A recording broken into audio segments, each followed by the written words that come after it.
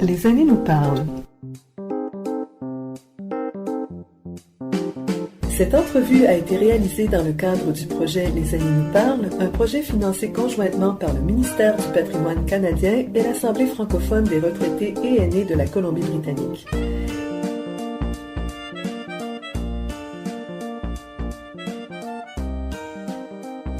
Nous nous entretenons aujourd'hui avec Marie Robillard, qui est une véritable pionnière de la francophonie à Victoria.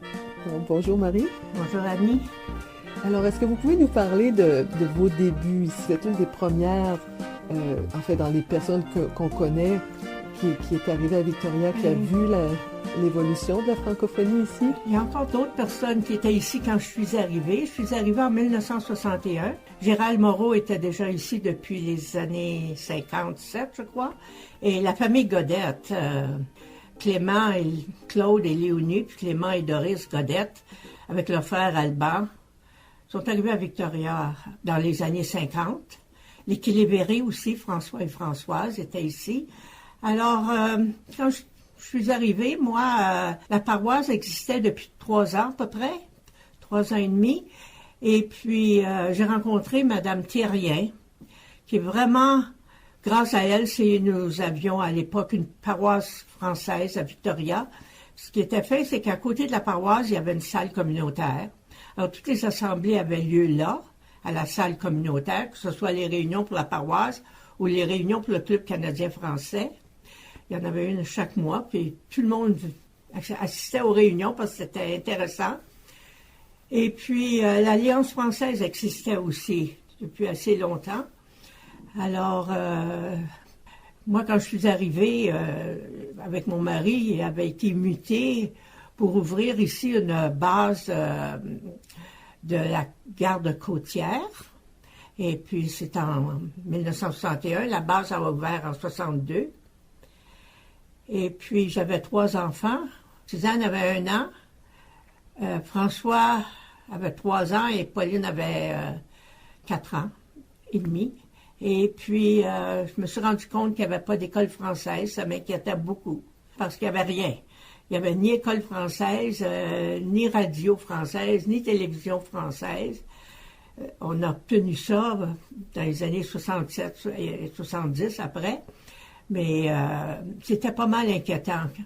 Et puis, à la paroisse française, il y avait Mme Roméo Paquette qui donnait des cours de français de catéchisme à l'époque. Et puis, on fêtait toujours la fête des mères. Puis, il devait y avoir une 30aine d'enfants. Il y avait 2 messes. Et puis, c'était pas mal actif. À la salle paroissiale, nous avions des concerts. On a même reçu Angèle Arsenault à la salle paroissiale. Et puis, on fêtait la fête des enfants, la fête des mères, je veux dire. On couronnait une mère à chaque année. Et puis, il y avait la fête d'Halloween, la fête de Noël.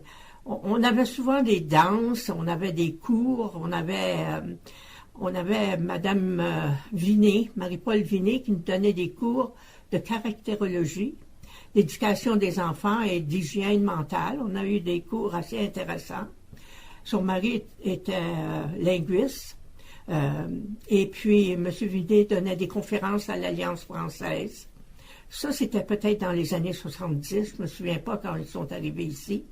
C'était très actif. C'était un centre communautaire et culturel, la paroisse française, à côté de la paroisse française. Et puis, éventuellement, le Club canadien français, c'est devenu la Société francophone. Et puis, nous allions à la fédération où ce n'était pas des AGA, on appelait ça des congrès.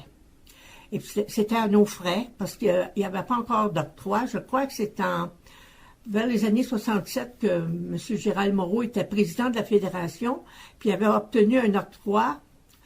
Si je me souviens bien, c'était 25 000 $ à peu près pour 3 ans.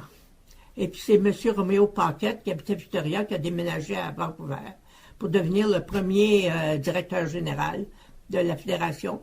Mais il n'y avait pas d'argent pour les voyages. Alors, je me souviens d'avoir été, nous avions, je ne sais pas comment on dit en français, un camper.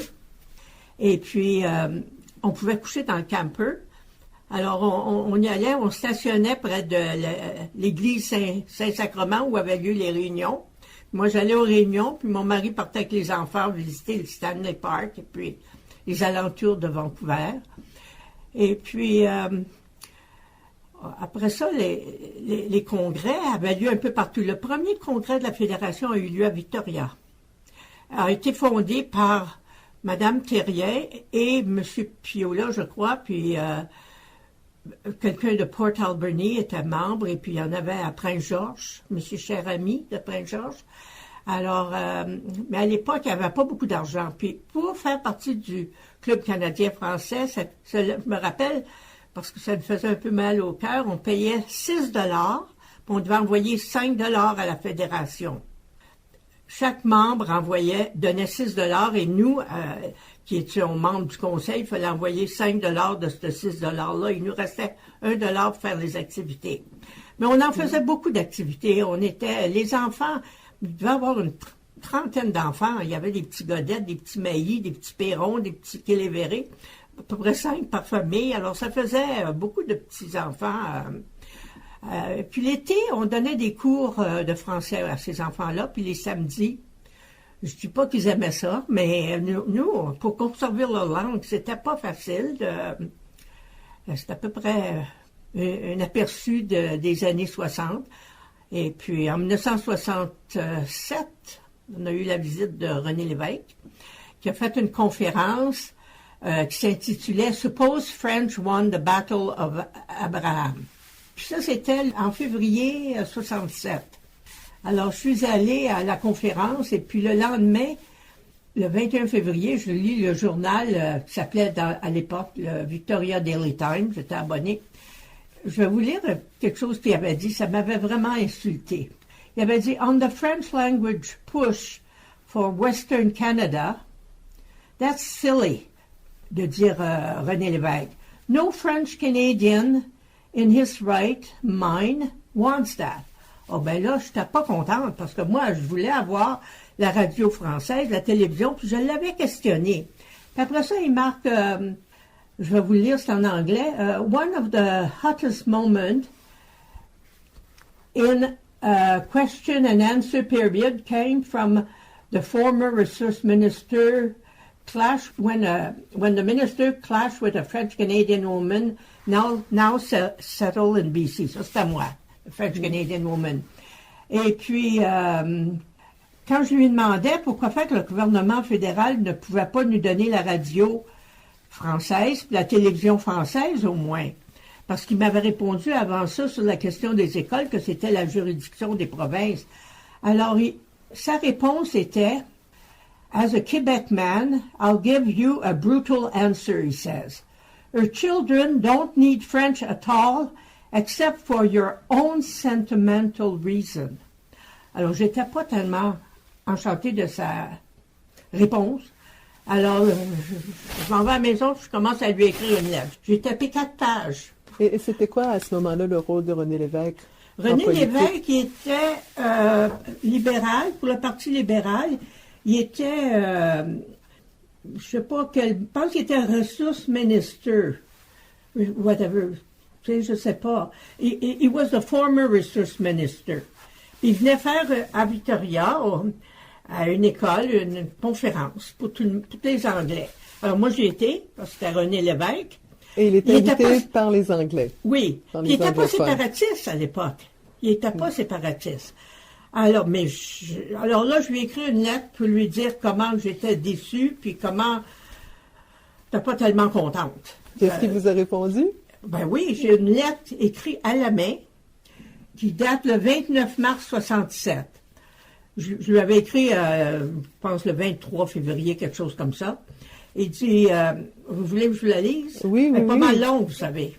C'est quand même intéressant, je pense. Bon. Chère madame, je m'excuse d'avoir tardé à répondre à votre lettre du 21 février. Ah oui, c'était tout de suite après la conférence. Comme vous le faites vous-même avec la plus grande courtoisie, je dois vous dire, je ne suis pas toujours d'accord avec vous.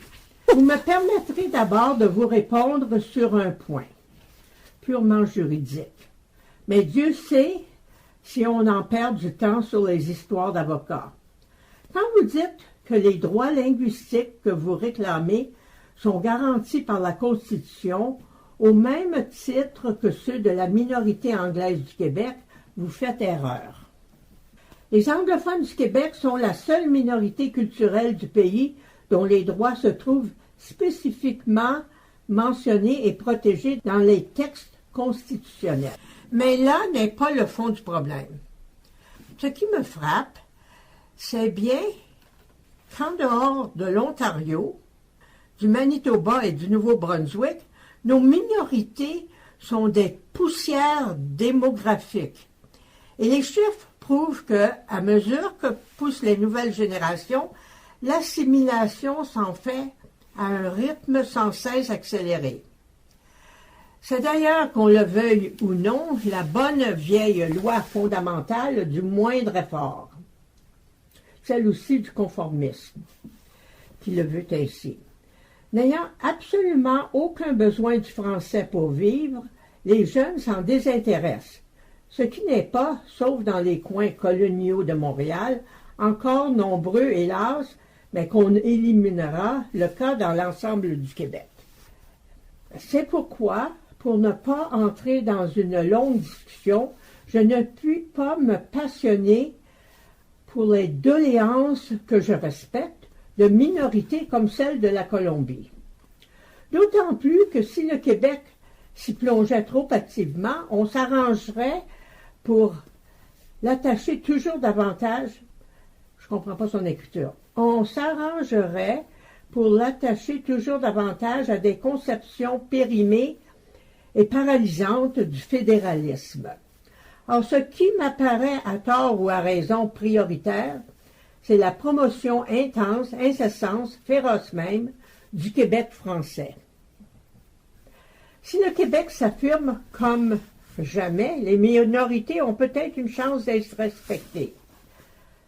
Car au risque de passer pour cynique, je vous dirai qu'à mon humble avis, nos concitoyens de langue anglaise, comme toutes les majorités d'ailleurs, ne respectent que le succès et la force chez l'interlocuteur.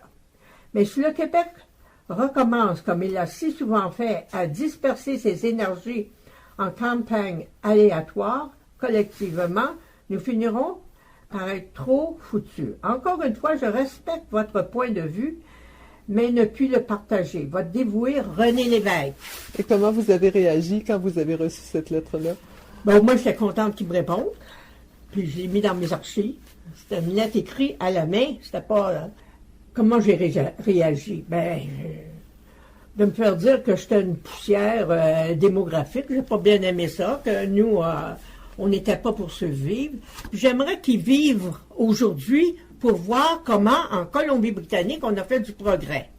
Parce qu'avec les écoles françaises, puis les écoles d'immersion, tout partout où je vais, je rencontre des gens qui, en m'entendant parler en français, m'adressent la parole en français. C'était des jeunes, des écoles d'immersion qui, même à la banque, je fais mes chèques, j'ai toujours fait mes chèques en français dès 1960. J'ai même changé de banque parce que quelqu'un voulait corriger puis l'écrire en anglais. Ils peuvent lire 80 ou ils peuvent lire quelque chose. Ils peuvent lire le français, parce que j'écris toujours mes chèques en français. Et puis, s'il y a un anglophone qui vient faire des travaux pour moi, j'écris le chèque en français.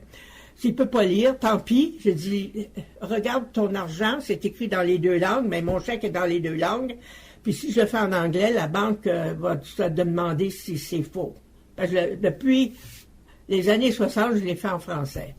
Et puis, parce que je me rappelle d'avoir été à une banque. Mes enfants avaient ouvert des acomptes à cette banque, puis moi aussi. Je ne me rappelle plus même quelle banque que c'était. J'ai fait mon chèque en français. Puis le jeune homme, il dit, je vais le barrer puis je vais l'écrire en anglais. J'ai dit, je te le défends. Va chercher ton manager, tu sais. Alors, quand il est arrivé, le monsieur, il dit, oh non, il dit, il ne savait pas, c'est bien, on l'accepte, puis blablabla. Bla, bla. Mais j'ai fermé mon compte là. J'ai fermé le compte de mes 3 enfants. Et puis une autre fois, à Sears, j'avais fait un chèque en français. Puis la dame a dit, je ne peux pas l'accepter. J'ai dit, faites venir le manager. Mais le manager m'a presque mis un tapis rouge, parce que lui venait de l'Est. Alors, ils ont accepté mon chèque. Mais c'était comme à l'époque, pour téléphoner, il fallait parler à quelqu'un en français avant d'avoir le... En 1960, c'était pas direct. Alors, je demandais toujours quelqu'un de français. Et puis, en tout cas, on s'est battu un petit peu, mais là, je suis tellement contente de voir comment on est accepté. Qu'est-ce qui est la grande différence, vous trouvez, par rapport à quand vous êtes arrivé ici? Est-ce que l'attitude des gens autour de vous, elle est différente par rapport aux francophones? Bien, quand je suis arrivée ici, il y avait beaucoup d'ignorance. Quand je me suis fait couper les cheveux une fois, Does your children speak Canadian? J'ai dit oui, le français c'est une langue canadienne, tu sais. Ah! Is there many Canadians in Québec? Ça, c'est vrai. J'ai dit oui, ils sont tous Canadiens. Pour elle, Canadien, c'est anglais, tu sais. Mais enfin, des choses comme ça, c'est arrivé. Et puis, là, maintenant, ça n'arrive plus. Avec Trudeau, Pierre Elliott, là, il y a eu beaucoup de progrès. À l'époque, on n'avait ni radio, ni télévision, comme je vous ai dit tantôt, ni école française. C'était pas facile. Donc, vos enfants ne sont pas allés à l'école en français, j'imagine. Non, mes petits-enfants, oui, mais pas mes enfants. Mes enfants ont dû aller à l'école anglaise. Je les ai envoyés au Québec pour essayer de les refranciser. Il y a certains enfants qui ont plus de talent que d'autres pour le français. Je vois ça dans mes petits-enfants aussi. Mais tous mes petits-enfants sont bilingues. Parce que les 3 de Victoria ont été à l'école française. Mes enfants me parlent toujours en français. Mais entre eux, ils parlent anglais, les petits-enfants. Ça me fait toujours plaisir de voir mes petits-enfants m'adresser en français. Mais entre eux, même s'ils sont avec des francophones, ça se parle anglais. Sauf que quand grand-maman les invite pour un repas, ça parle français. Donc, ils sont capables. Ils sont capables. Mais mes enfants parlent très bien français maintenant parce que l'aînée, c'était plus facile parce qu'elle a été 1 an et demi avant que j'aille un autre. Je parlais seulement en français, vois-tu. Mais quand ils ont commencé à aller à l'école, puis quand l'aînée a commencé l'école, la plus jeune avait déjà appris l'anglais sur la rue avec son petit frère. Et puis, déjà, ça commençait à parler. Mais une fois qu'ils sont à l'école, ça parle anglais tout le temps, sauf à la maison. Et quand vous êtes arrivé ici, est-ce que vous parliez l'anglais? Oui. Oui. Oui, j'avais passé 6 mois aux États-Unis, puis j'avais passé 7 ans en Ontario, à Ottawa, avant de venir ici. Et qu'est-ce qui vous a poussé à vouloir parler en français ici, à vouloir continuer à parler en français? Bien, je ne sais pas. Dans ma famille, c'est tous des Franco-Ontariens. Mes parents sont Franco-Ontariens, puis mon grand-père, de Sturgeon Falls, il a même été député à Ottawa. Il y a un Bill Michaud. Maman, c'était une Michaud, puis il y a un Bill Michaud pour avoir des écoles françaises en Ontario où le nombre de familles francophones le justifiait. Alors, mon grand-père était beaucoup pour le français. D'ailleurs, ça, c'est du côté de maman. Du côté de mon père aussi, c'était très français. À Ottawa, on corrigeait. Moi, j'allais passer des étés à Sturgeon Falls. Puis je revenais à la maison. Maman ne voulait pas qu'on prenne des anglicismes. Mais on en apprenait en Ontario. Puis je revenais, puis je me rappelais, je disais le toaster, la jam. Je trouvais ça cute, tu sais. Maman nous corrigeait toujours. Puis dans la maison, maman écrivait des noms français sur les objets pour pas qu'on les apprenne en anglais. Maman était très... elle nous a fait prendre des cours de diction. Elle-même prenait des cours avec nous. Et puis, maman était vraiment... Ben, son père, c'était Joseph Michaud, là, le député. Puis, Joseph Michaud avait été maire de Sturgeon Falls. Tous mes cousins de Sturgeon Falls, Sudbury, Coniston, parlaient un très bon français en Ontario. Et puis, du côté de mon père, j'avais pas beaucoup de cousins, mais ils étaient tous très bons francophones. Ils parlaient toujours français entre eux. Donc, vous veniez déjà d'une minorité vous étiez déjà une minorité francophone quand vous étiez jeune. Puis mon père a eu de l'emploi. Mon père était avocat, mais il n'aimait pas ça. Mais son père l'avait forcé à devenir avocat. Et à l'époque, les enfants faisaient ce que les parents disaient. C'est pas la même chose maintenant, mais enfin. Et puis mon grand-père a exigé que mon père fasse son droit. Alors mon père a été avocat 2 ans à Hull, puis après il voulait être artiste. Et puis, alors après ça, il a été un artiste commercial toute sa vie. Alors ils se sont installés à Montréal, mais dans un quartier anglais tout de même. Il a bâti une maison à Notre-Dame-de-Grâce, sur la rue Melrose, près de Monkland. C'était bien anglais sur la rue. Il y avait peut-être 4-5 familles françaises alentour, mais la plupart des gens étaient anglophones. Mais moi j'ai appris l'anglais, j'étais adolescente. Des 2 côtés de ma famille étaient vraiment francophones. J'avais un oncle aussi qui était vraiment impliqué dans les mouvements francophones en Ontario. Et puis il m'envoyait toujours des papiers. Quand j'étais ici en Colombie-Britannique, là, il m'envoyait des lettres. Alors c'est pour ça que ça a été, je sais pas, c'était...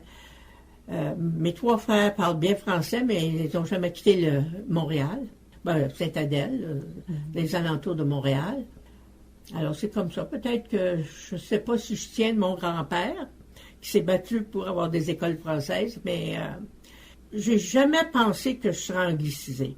Puis les gens me disaient, tu t'en vas en Colombie-Britannique, tes enfants ne parleront pas français. Je ne pouvais pas le croire. Alors tous les samedis, je leur donnais je les faisais parler français, je leur donnais des cours. On a eu la radio française à Vancouver en 1967 à peu près. Et puis, on a eu la visite de M. Cahouette, qui était venu à Victoria pour faire une conférence. Je me rappelle pourquoi. Je l'avais invité chez moi. Et pouvez-vous nous dire c'est qui M. Cahouette? Parce qu'il y a plein de gens dans les jeunes qui ne le connaissent pas. C'était créditrice, je crois, du Québec. Et puis, il était très populaire. Il n'a jamais été président, mais premier ministre, mais il était populaire, Réal Cahouette. Il avait donné une conférence à Camosun College, qui était autrefois l'Université de Victoria. Et puis, je l'avais invité chez moi avec Gérald Moreau, puis les Topping, qui était président. Puis je lui avais dit qu'on voulait absolument avoir la radio française ici à Victoria, qu'on ne l'avait pas encore. Alors, une fois, il était retourné à Ottawa, puis il m'a envoyé quelque chose qu'il avait dit. Le gouvernement envoyait de l'argent à Haïti pour que puisse avoir la radio française à Haïti. Puis Cahouette s'est levé à l'Assemblée, puis il a dit, c'est ça, vous donnez de l'argent pour la radio quand des gens de votre propre pays, en Colombie-Britannique, n'ont pas encore la radio française. Ça, c'était au début des années 60. Puis après ça, il est revenu avec son épouse, puis on lui a fait visiter le jardin Butchart et puis le Beacon Hill Park, et puis un peu toute Victoria. Il avait bien aimé Victoria. Puis alors, il m'avait envoyé son intervention, ce qu'il avait dit au Parlement, là, à propos de la radio française pour la Colombie-Britannique. Je pense que c'est en 67 qu'on a eu la radio française. Mais je me rappelle M. Roméo Paquette, oui, parce que M. Roméo Paquette, il s'était vraiment battu pour la radio française. Puis je pense que c'est Gérald Moreau qui était président de la Fédération à l'époque. On a obtenu la radio à Vancouver, pas Victoria. Mais pour capter les ondes de Vancouver, il nous fallait un bon radio. Je me rappelle, mon mari et moi avions acheté un Blowpunk, un radio allemand avec une antenne, puis on pouvait capter les ondes très, très bien. À la radio, on donnait des cours de français aux enfants. Alors, j'avais fait venir les petits livres, là, ils nous les donnaient gratuitement. Puis chaque semaine, ils recevaient leur petit livre d'histoire. On lisait l'histoire, puis il y avait des questions à répondre. Alors, c'est ça que je faisais le samedi avec mes enfants. On suivait ces cours-là, ça faisait un peu de français. Mais c'était difficile. Entre eux, ça parlait toujours anglais. Même si on essayait de les faire parler français. C'est encore comme ça aujourd'hui. Oui. Je suis une maman, je peux vous dire ça. Oui, mais si vos enfants vont à l'école française, ils ont plus de connaissances du français qu'à l'époque. Qu'est-ce que vous pensez qui a été vraiment... Avez-vous senti un changement à un moment donné? Comme qu'est-ce que les éléments déclencheurs de ce changement-là qui tout d'un coup, le regard sur le français était différent ou les attitudes des francophones ou des anglophones envers les Français? Est-ce que vous avez senti ça à un moment donné, des choses qui ont changé? Très progressivement. Vers les années 70, ça a commencé. Mais pour moi, la radio qu'on a eue, la télévision quand c'est arrivé, pour les familles francophones, l'école Brodeur, les écoles francophones, ça a bien aidé. Puis Trudeau, comme je vous dis, Pierre Elliott Trudeau, quand il a commencé à parler du bilinguisme à travers le Canada, on avait eu la commission des 2B dans les années 60. Biculturalisme et bilinguisme, je pense, quelque chose comme ça. Ils étaient venus dans toutes les provinces, ils ont écrit un livre. C'était M. Duncan et Laurando. M. Laurando, ils ont écrit un livre, je lis le livre. Madame Laurando, après, parce que mon mari les a rencontrés sur le ferry, ça s'est donné comme ça, puis il a offert un tour d'hélicoptère à M. et Madame Laurando. Puis Mme Laurando y a été, mais M. Laurando était trop occupé avec ses affaires, là. Et puis elle m'a envoyé un beau gros dictionnaire français en images pour les enfants après. On parle un peu de moi dans ce livre et puis de Jean, tu sais. Et puis, mais c'était surtout M. Paquette qui avait arrangé, tu sais, pour parler surtout. Je me rappelle Mme Laurando, pendant les auditions, elle disait « Parlez », elle nous forçait à parler. Parce que les Anglais étaient contre, pas mal, à cette époque-là, là, tu sais. Mais l'attitude a changé. Les vieux sont morts. Les vieux qui étaient contre le français sont morts, heureusement. Et puis les nouveaux, ils l'acceptent un peu plus, là, tu sais. Puis quand on a commencé à avoir des octrois, là, ça a changé. Ça a progressé beaucoup. Parce que là, on pouvait offrir plus. La société francophone pouvait avoir un directeur général. Dans les années, à la mi-70, je crois, le premier octroi qu'on a eu. Et puis la fédération, c'était en 67 peut-être, quand Gérald Moreau avait obtenu le 25 000 là. Maintenant, on peut très... Moi, j'ai toujours vécu en français. J'ai toujours été plus française. Puis, je vois ça dans des vieilles amies anglaises, là, quand on parlait de... Puis Laporte, là, quand il y a eu au Québec, là, l'enlèvement de Pierre Laporte.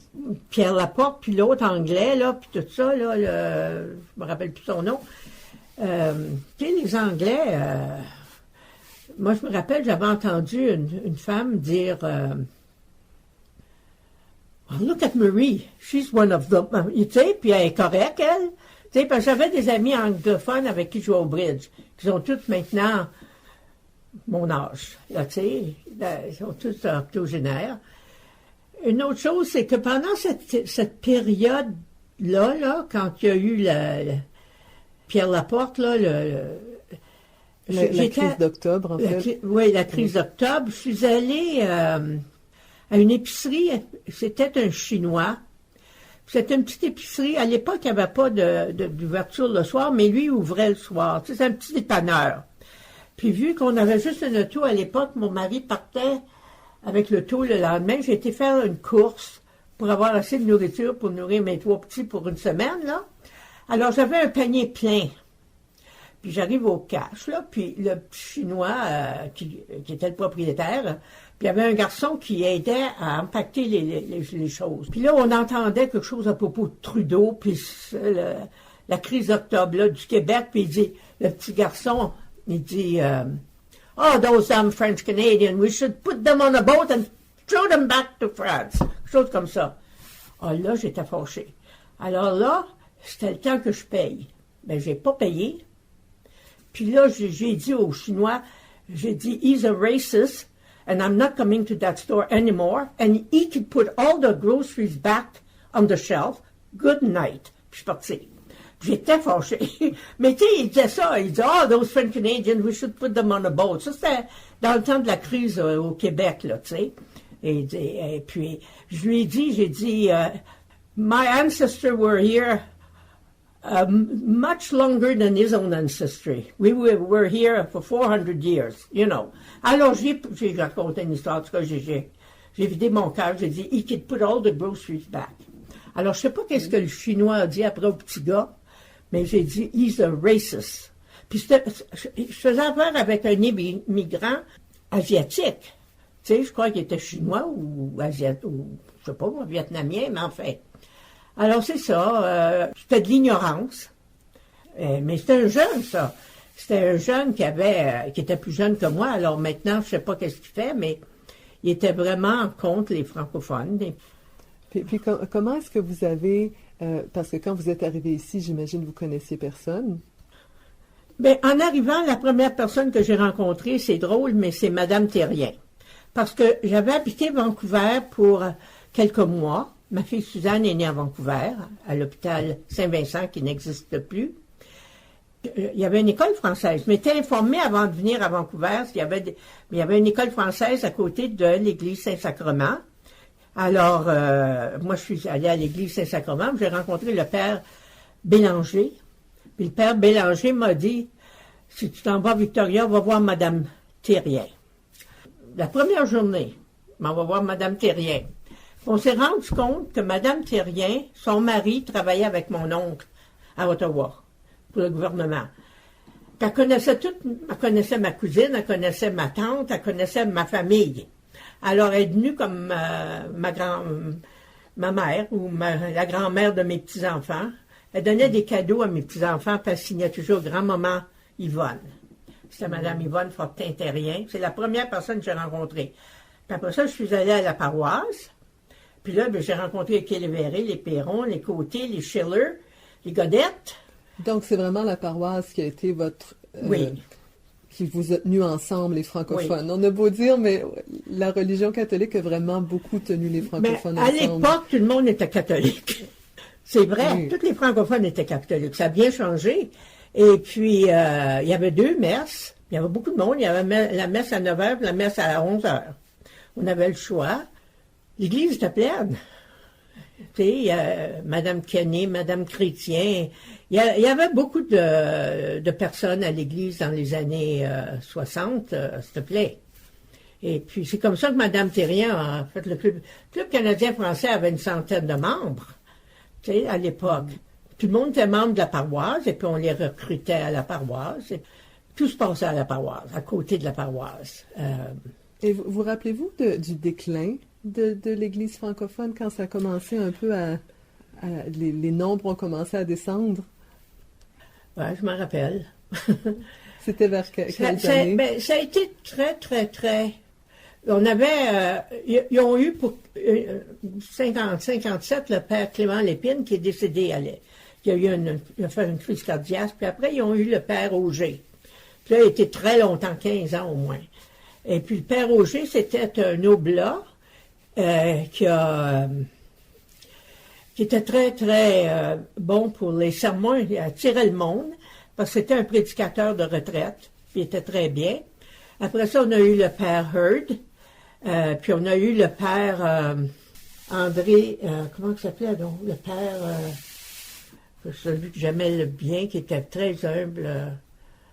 C'est effrayant d'oublier les noms, mais à 85, on oublie. Ça va me revenir. Et puis, ça a commencé à baisser quand le père Benoît Laplante est arrivé. Vraiment baissé, là. Et c'était vers quelles années, ça? Ben, ça fait au moins 10 ans qu'il est là, certain, je ne sais pas, là, je me rappelle pas, là, peut-être, on est après les années 2000 que ça a commencé. Oh, donc c'est quand même, ça a eu du succès pendant longtemps. Oh, pendant c'est le pas père comme au Auger. Québec où le nombre dans les églises a baissé avant ça. Oui, mais non, parce que l'église, c'était notre centre culturel aussi. Parce que même si on allait, après la messe, on jouait au billard, on jouait au ping-pong même, je me rappelle, on avait des cours de danse, il y avait des activités, beaucoup d'activités, on avait des expositions, on avait l'artisanat. Les cornouillers ont commencé à la paroisse, ils ont arrêté, après ils sont allés à Baillarville, mais ils sont revenus. Mais les premiers cornouillers, et là je parle peut-être des années 70, je me rappelle pas, parce que ma petite fille avait peut-être 13 ans quand elle a dansé, avec Marie-France Bérubé, là, puis Séverin Godette, Sandy Godette. À la paroisse, il y avait beaucoup d'activités. On n'avait pas de centre communautaire à l'époque. Et puis, la paroisse, ben ça commençait à diminuer un peu, parce que après ça, on n'avait rien qu'une messe. Mais il y avait encore, tu devrais voir ça, à Noël puis à Pâques, là, on n'avait pas de place pour tout le monde. Et ils étaient dehors, tellement que c'était plein. Je ne sais pas, là, on a eu... Ça commençait à baisser avec le père Benoît Laplante. Franchement, là, c'est là que moi, j'ai vu que ça baissait beaucoup. Et votre contribution à la communauté francophone, est-ce que vous avez l'impression que comment ça a changé votre vie? Comment ça a changé la vie de vos enfants, de vos petits-enfants, de votre communauté? Avez-vous un sens de ça? Le voyez-vous? Bien, mes enfants, naturellement, après la messe, on restait longtemps. C'est la même chose maintenant pour les enfants, je vois ça. Après la messe, il y a toujours un café. Puis les gens passaient plus de temps au café qu'à la messe. C'était plus long. Maintenant, ça a un peu diminué, mais il y a encore le café avec les biscuits, puis des fois le gâteau. Après la messe, on restait longtemps. Et puis, au moins 1 heure, je pense, à jaser, là. Surtout la messe de 9 heures. On restait jusqu'à temps que la messe de 11 heures commence. Et après ça, il y a eu la messe à 10 heures. Puis on restait jusqu'à midi quasiment. On allait à la messe jusqu'à 11 heures. Avant 11 heures à midi, on jasait ou il y a toujours eu de la bouffe. On avait eu Aline Tétrault, qui est là depuis les années 70, nous organisait des beaux parties. Il y avait toujours, souvent des potlucks, là. On avait de la bonne soupe. Elle en fait encore. Elle en fait encore, puis des bonnes fèves. Mais j'ai vu le déclin lentement un peu, mais surtout, je ne sais pas quand le père Benoît est arrivé, mais c'est là que ça a commencé à baisser. La Constitution a été changée. C'était toujours les paroissiens qui étaient sous le conseil. Puis là, ben, c'est plus les paroissiens, c'est le curé. Puis ça a changé beaucoup. Parce que moi, j'ai déploré le fait que on n'avait plus... Jusqu'au père Benoît, ça marchait très bien, le conseil, puis tout. C'est nous qui décidions. Mais depuis le père Benoît, ben, ça marche moins bien. Alors, c'est dommage. Puis, on n'a presque plus d'enfants. Mais vous voyez quand même la relève dans vos petits-enfants. La relève pour le français, mais pas la relève de la religion. Non, pour la religion, non. Ça va être plus difficile. Mais la relève du français, vous la sentez dans votre famille? Ah oui. Je le sens beaucoup, surtout avec Suzanne, qui fait un doctorat en linguistique. Les enfants, les parents, puis la 3e génération, là, je les vois aller à l'école Brodeur et ça parle français. Est-ce que tous les enfants sont doués pour le français? Je ne sais pas. Il y en a qui sont plus français que d'autres. Puis il y a plus de gens qui viennent du Québec. Autrefois, ils venaient, mais ils ne restaient pas parce qu'il n'y avait pas d'école. Ils partaient. Comme je me rappelle de différentes familles qui étaient venues, mais il n'y avait pas d'école française, et puis ils repartaient. Mais souvent, ils reviennent encore. Puis il y a des gens qui sont établis ici que les parents viennent. Puis souvent, les parents ne parlent pas français. Alors, c'est bon qu'on ait la radio française, la télévision française pour eux. Mes enfants sont tous français, puis j'en suis bien fière. François, je l'ai envoyé au Collège Mathieu, parce qu'il y avait Séverin Godette est allé au Collège Mathieu. C'était l'endroit, je l'ai envoyé en 8e année, avec Pierre Lacerte, qui est décédé maintenant d'un accident de moto. Mais ils étaient 3. Puis il a aimé ça, il s'est fait des amis, qui voient encore, qui sont établis en Ontario ou au Québec, ils se réunissent encore. Le Collège Mathieu, ça a été bon pour lui, ça lui a aidé beaucoup. Mais il parle encore anglais. Mais là, maintenant, il habite au Québec, alors il parle français. Avez-vous des beaux souvenirs, des choses vraiment, tu sais, de ces souvenirs qu'on ne va jamais oublier de toute votre vie francophone à Victoria? Quand on a eu la radio française, c'était vraiment émouvant. Ça faisait 7 ans qu'on l'attendait.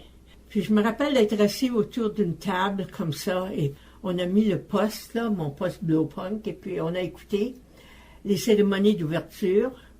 Puis après, la première émission qu'ils ont donnée, c'était les troubadours, les joyeux troubadours. Ça, c'était Radio-Canada? Oui. De ne jamais croire toutes ces histoires, c'est comme ça qu'on est heureux. Puis on a levé notre verre, puis quand ils ont dit ici Radio-Canada, on a levé notre verre, puis on avait du champagne, pas de vrai, mais pétillant en tout cas, puis on a trinqué. Je sais que Gérald Moreau était là, le président du Club canadien français. J'avais invité quelques amis. On était toutes contentes d'avoir la radio. Ça, je me rappelle de ça. Oh, puis après ça, Radio-Canada, j'ai travaillé pour eux autres.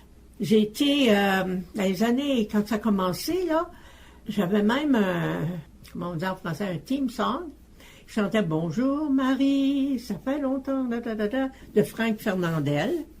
Et puis là, il me demandait qu'est-ce qui se passe en français à Victoria. Alors, la semaine, je me préparais, je demandais à l'Alliance française, au Club canadien français, à l'université, puis je regardais s'il y avait des spectacles francophones, des films, n'importe quoi, puis je leur donnais ce qui se passait à Victoria. Ça, j'ai fait ça pour quelques années, là, je me rappelle pas combien d'années, au moins 3-4 ans, mais je me rappelle qu'il m'appelait tout le matin. J'avais même pas les rideaux ouverts, et puis il me demandait est-ce qu'il fait beau, quelle est la température. J'ai dit il fait beau soleil à Victoria. À chaque fois, je leur disais ça. Il faisait beau tous les jours. Il faisait toujours beau quand il m'appelait. Je ne regardais même pas dehors. En tout cas, c'était... Et puis, il me payait.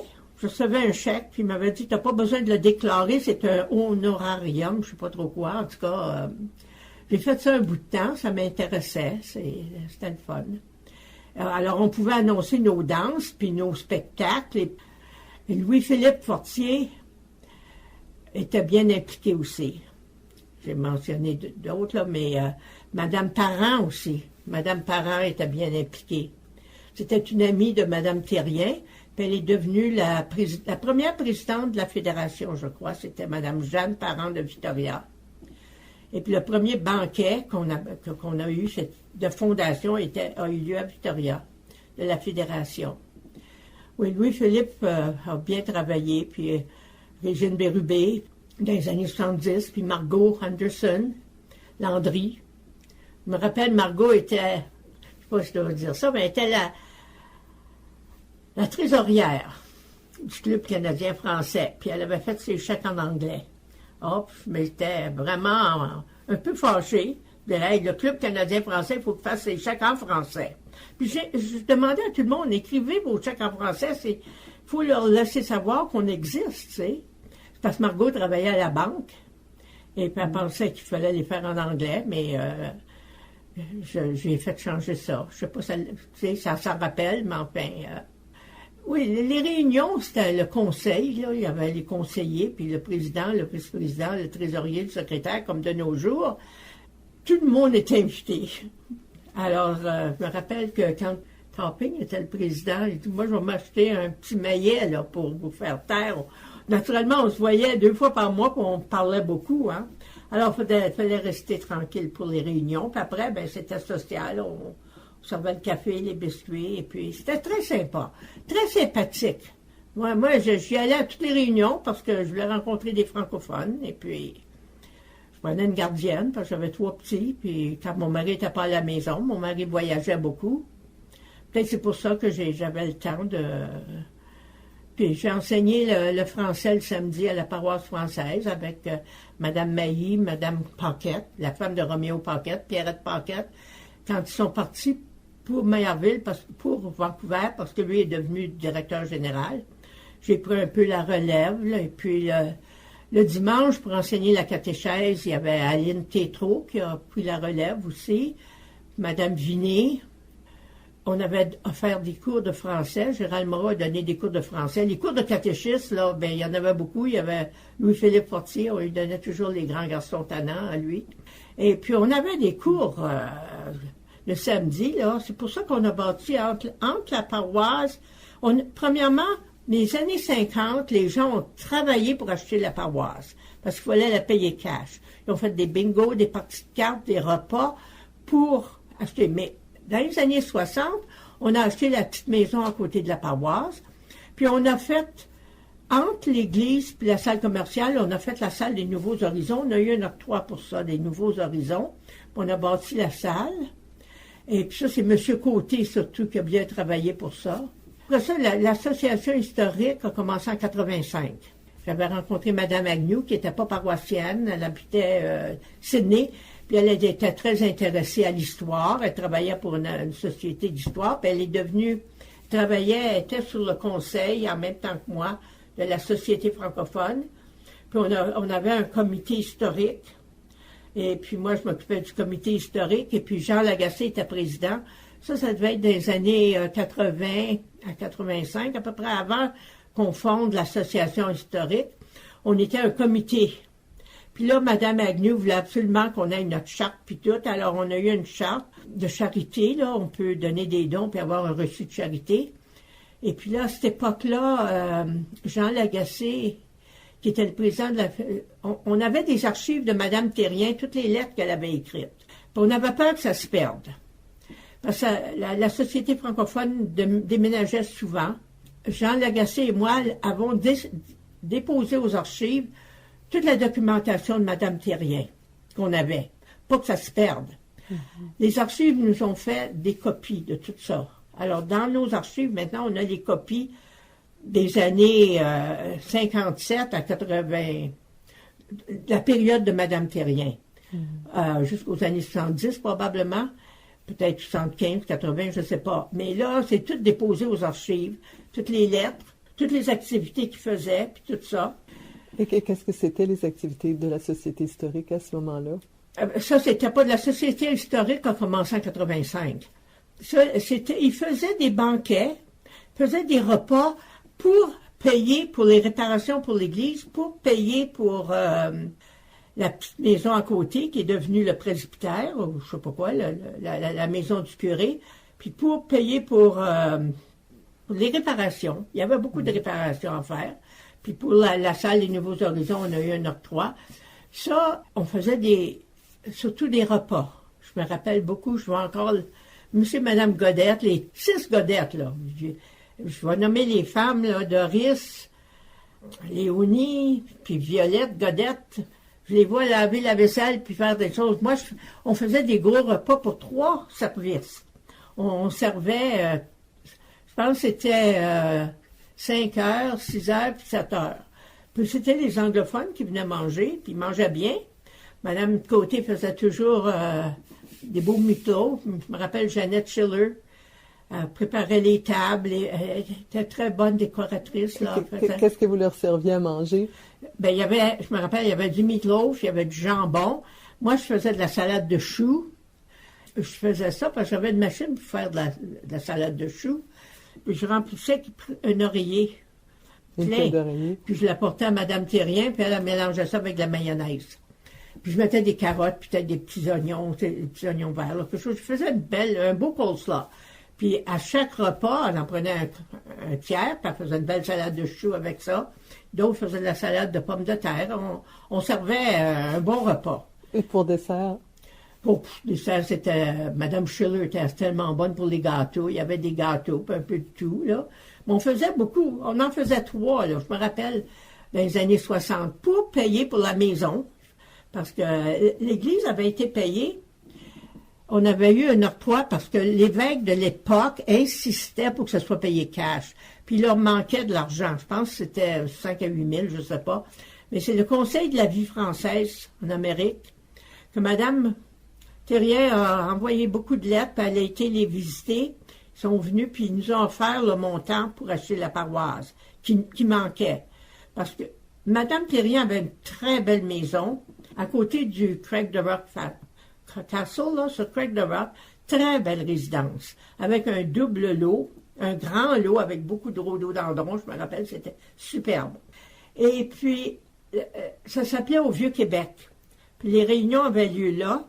Mais quand moi je suis arrivée, Mme Thérien avait cédé sa maison pour prendre la petite maison sur Robinson, tout près de l'église. La rue après la rue Richmond, là, elle voyait le clocher de son jardin.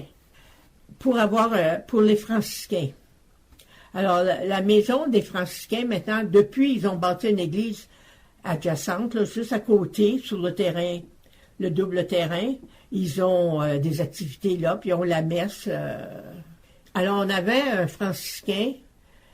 On a toujours eu des franciscains jusqu'à... je me rappelle pas, là. Père Auger, c'est un franciscain certain. Le père Heard, je sais pas.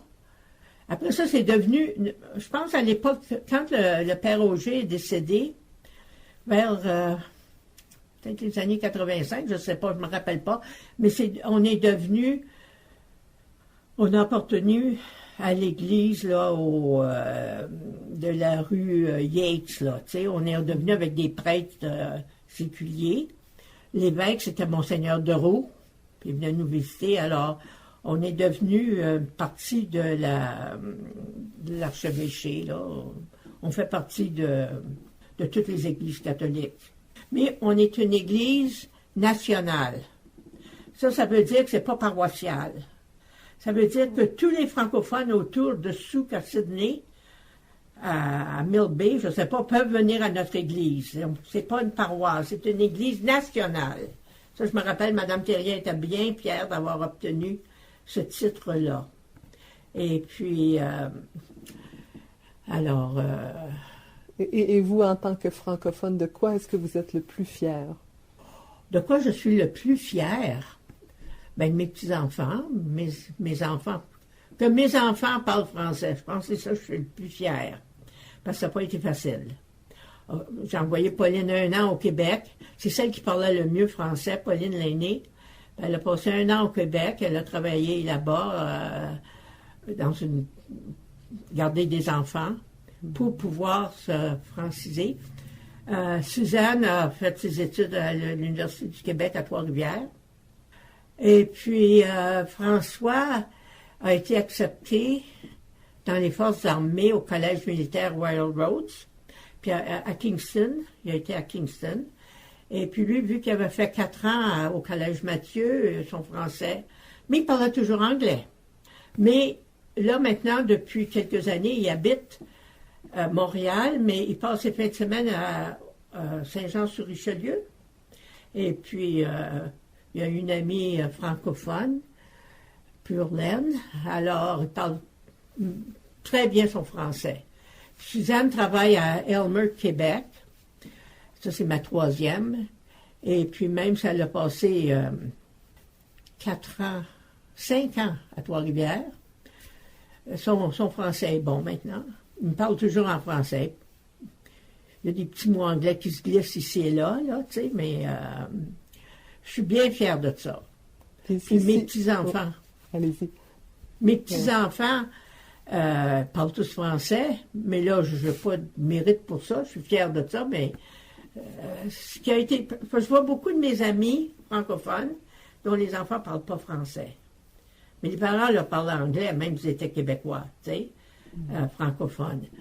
Alors, ça, quand je vois ça, je trouve ça dommage. Ils se sont anglicisés, mais pas toutes. Et si vous aviez un conseil à donner aux familles francophones, aux nouveaux arrivants francophones, ou à tous les francophones qui habitent en Colombie-Britannique, qu'est-ce que ce serait?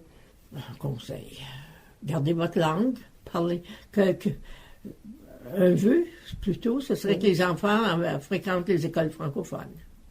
Ben, j'ai vu que c'est ça qui aide à augmenter les francophones. Et puis que s'ils épousent un anglophone, qu'ils envoient leur enfant à l'école francophone, même s'ils ont épousé un anglophone. Et puis, mais les écoles d'immersion, là, pour les anglophones, ça a aidé beaucoup. Beaucoup, beaucoup, beaucoup. Et puis, mais ce qui je peux pas comprendre, c'est les parents francophones qui arrivent du Québec qui veulent que leur enfant apprenne l'anglais, les envoient à l'école anglaise. Ça, je trouve ça dommage. Alors, parce que 2 langues, ou 3 langues, c'est tellement un avantage. Mm-hmm. Tu sais, l'algèbre, on s'en sert pas. Moi, j'ai appris le latin, je m'en sers pas. Mais les langues, on s'en sert. On peut voyager. Maman disait toujours, si tu parles anglais et tu parles français, tu peux aller presque partout au monde. Alors, c'est bien utile. Et puis, je suis contente de voir que la société francophone progresse. Et puis, elle a les moyens de faire des activités comme ils font maintenant. Et puis, je suis contente pour le réseau femmes, puis je suis contente pour la ProCB, puis le comité de la GRAF. Je suis contente pour les aînés ont des activités comme ça. L'association historique, on n'a jamais eu d'octroi. À mon époque, là, j'ai commencé en 85 à l'association historique. Et puis, pour faire de l'argent, on faisait des repas. C'est comme ça que les repas ont commencé avec la GRAF. Parce que les aînés, on leur demandait qu'est-ce qu'ils aimeraient faire. Nous, c'était pour faire un peu d'argent. On leur chargeait 15 $, puis on payait 12 $ au restaurant. À l'époque, c'était les prix. Maintenant, c'est beaucoup plus cher. Et puis, on a fait aussi des repas avec l'Alliance française. Une année, on avait fait un repas. C'était moi qui organisais les choses comme ça. Et puis, on a écrit le livre Présence francophone à Victoria. Ça, c'était mon idée. Quand j'en ai parlé à Lorette Agnew, j'ai dit, il faudrait écrire notre histoire. Il n'y a rien. J'avais acheté plusieurs livres d'histoire, on ne parlait jamais des francophones. Alors, Lorette, avec son expertise, a été chercher le nom. Elle faisait beaucoup de généalogie. Alors, elle savait comment aller chercher les informations à l'ordinateur. En 85, les ordinateurs, on n'en avait pas. Moi, j'en avais pas, mais Lorette a été une des premières. Elle avait un ordinateur, puis elle pouvait trouver les noms des gens, là, tu sais. Et puis, alors, on a écrit Présence francophone à Victoria en 1987, je pense. On avait été chercher Gérald Moreau, professeur Vinet, on avait Madame Vaucher, on avait docteur Aubert, Lorette et moi, je pense que c'est ça, oui, Lorette et moi, j'en oublie. Ah, puis Madame Dupuis, étais-tu là? Lorraine Dupuis. Alors, on était un groupe, puis on s'était partagé, écrire sur tout ce qui se passait en francophonie à Victoria à l'époque. Et puis là, je suis bien contente parce que Jacques Vallée écrit la suite de 85 à 2 jours. Alors, ça va être intéressant à lire parce qu'il existe beaucoup plus d'associations maintenant. À l'époque, c'était moins. Et puis, puis là, récemment, là, avec un comité, monsieur et madame Génuis, madame Taller, et moi, Daniel Taller et moi-même, on a écrit Aventure en écriture. C'était pour faire reconnaître les auteurs francophones de Victoria. Il y a toujours eu beaucoup d'artistes peintres et d'artistes littéraires ici. On a eu beaucoup d'auteurs qui viennent prendre leur retraite ici et qui écrivent. Alors, on était contente d'écrire un livre pour leur rendre hommage et pour enrichir les archives. Et alors, ça, c'est un comité de l'Association historique qui a fait ce livre-là. Et puis, peut-être qu'un jour, il y aura un album des artistes en art visuel. Je ne sais pas. Il y a eu beaucoup d'artistes en art visuel à Victoria aussi, francophones. Mm-hmm. Moi, j'ai 2 tableaux de Pierrette Allary, qui était une grande chanteuse d'opéra, que tu n'as peut-être pas connue, mais qui était vraiment, vraiment connue en France et au Québec. Et puis, moi, je fais de la peinture sur porcelaine et de l'aquarelle depuis longtemps. Et puis, nous avons des photographes, beaucoup de peintres, beaucoup d'acrylique et puis d'huile. Et puis, j'espère qu'un jour, il y aura un album des arts visuels à Victoria. Peut-être que ça se fera un jour. J'ai toujours des projets, des espoirs. Puis le théâtre, on a toujours eu du théâtre, mais j'aimerais qu'il y ait une troupe de théâtre à Victoria. Moi, j'aimerais bien éventuellement, qu'il y ait une troupe de théâtre qui présente une pièce, peut-être une pièce par année ou 2 pièces de théâtre, une pour les enfants puis une pour les adultes par année. Ça, c'est mes rêves. J'aimerais voir une troupe de théâtre.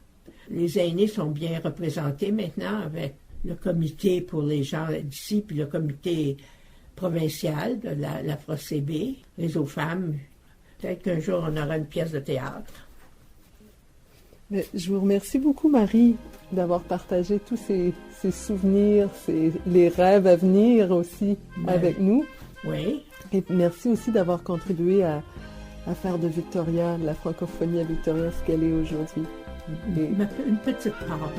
Une petite part très importante, je pense. Merci. Ça m'a fait plaisir de te recevoir chez moi. Merci beaucoup.